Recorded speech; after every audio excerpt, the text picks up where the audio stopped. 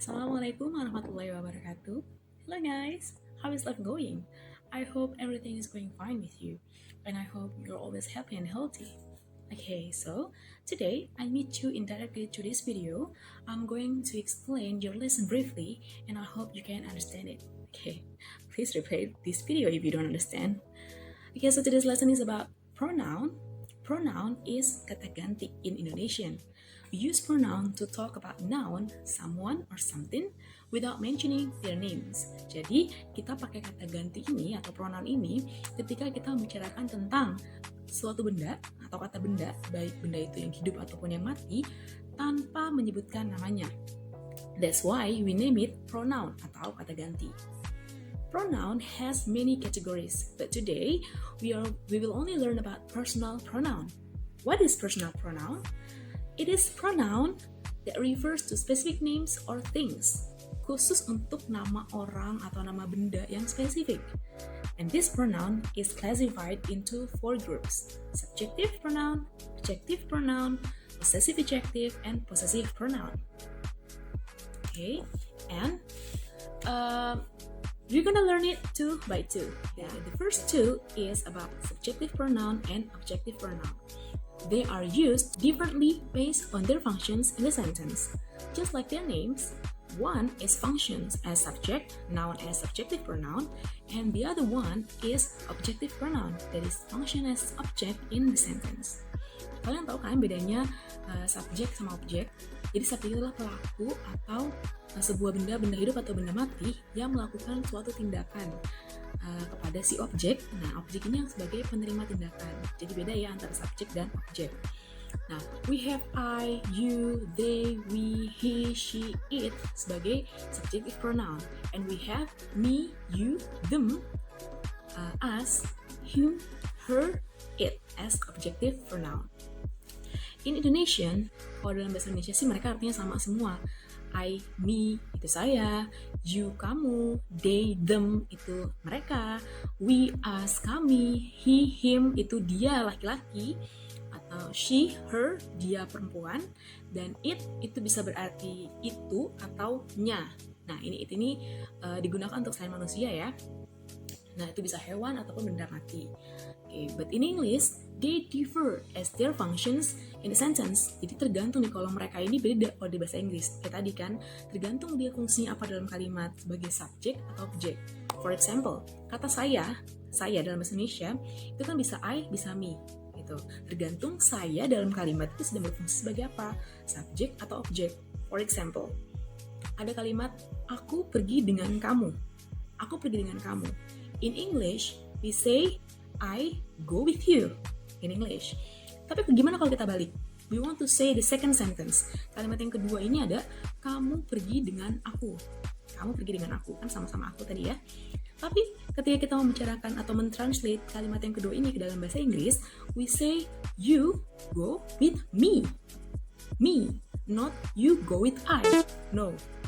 Kenapa? Karena di kalimat yang kedua ini, aku sedang berperan sebagai objek, yang sebagai subjeknya itu kamu. Dan kalau kamu dalam bahasa Inggris itu mau sebagai subjek ataupun objek sama ya, dia bentuknya sama-sama you, sama seperti pronoun it, gitu, dia nggak berubah. Gimana? Oke, sampai sini? Nah, lanjut ya. Kalau kami atau mereka itu gimana? Nah, kita kan punya lagi tadi. Pronoun setelah kami atau mereka. Ini pun sama. Berdasarkan fungsinya, mereka akan berbeda disebutkannya berdasarkan apakah mereka sebagai subjek ataupun objek. For example, kalimat yang ketiga, kami pergi dengan mereka. Kami di sini sebagai subjek, mereka sebagai objek. Jadi, to translate this sentence, we are using we go with them. We, kami, them, mereka. Tuh. Bagaimana kalau kita ubah sekarang nih?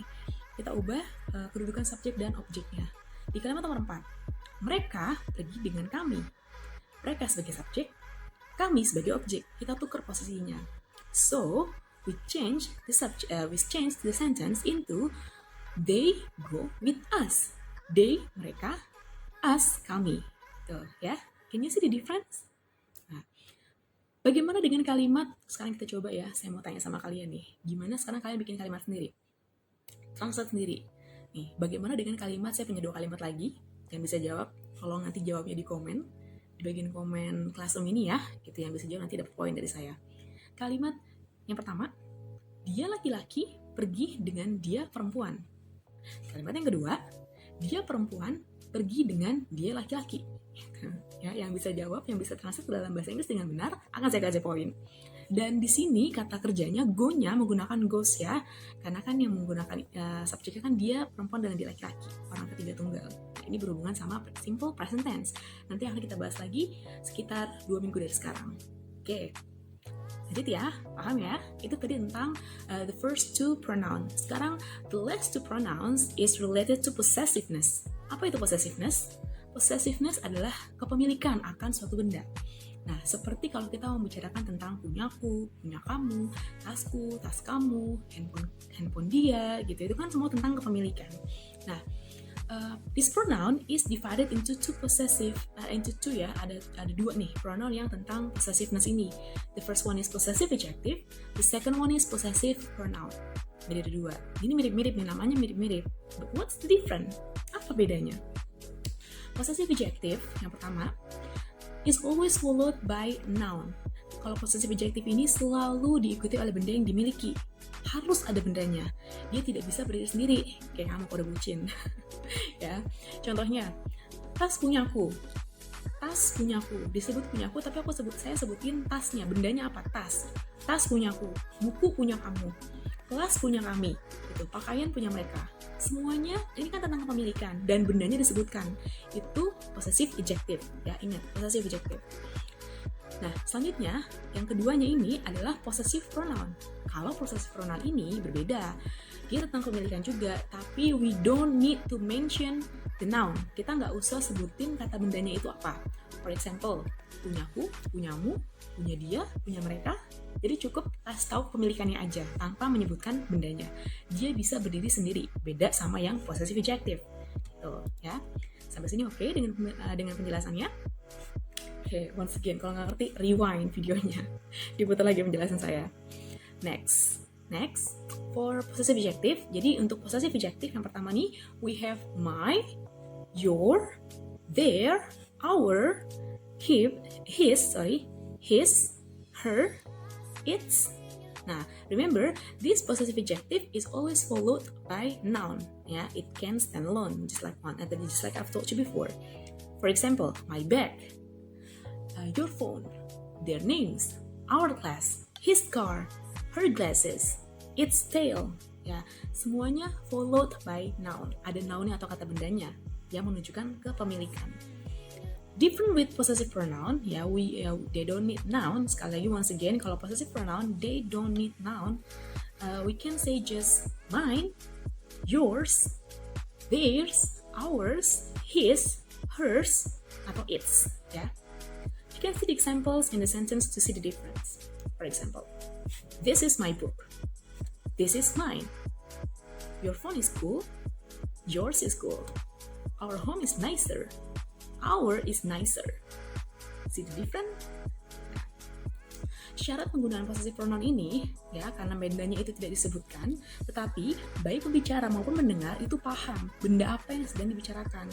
Jadi itu sama-sama ngerti bendanya apa walaupun tidak disebutkan. Tuh, jadi konteksnya sama-sama paham, sama-sama tahu bendanya apa, gitu ya. Nah, contohnya lagi. Ini ada kalimat yang akan kita ubah. Di dalam kalimat ini disebutkan awalnya ada bendanya, tapi nanti kemudian tidak ada bendanya. Contoh, your car is great, but mine is nicer. Nah, mobil punya kamu atau mobilmu itu keren, tapi punyaku lebih bagus. Tuh, ya. Di sini kan di kalimat yang pertama, bukan kalimat pertama, di klausa yang pertama ada your car is great. Di sini disebutkan bendanya your car. Kita tahu yang dibicarakan adalah mobil, gitu ya. Walaupun kalau selanjutnya, but mine is nicer, itu cuma disebutin kepunyaanku saja, gitu. Mine is nicer. Tapi kita tahu mine di sini adalah sama-sama mobil, karena di awal kita sedang membicarakan tentang mobil, gitu. How is it, guys? Is it easily understood? Yeah, well, I hope so. You can drop your questions on the comment sections if you have anything to ask. Well, I think that's enough for today. So, see you in the next week. Assalamualaikum warahmatullahi wabarakatuh.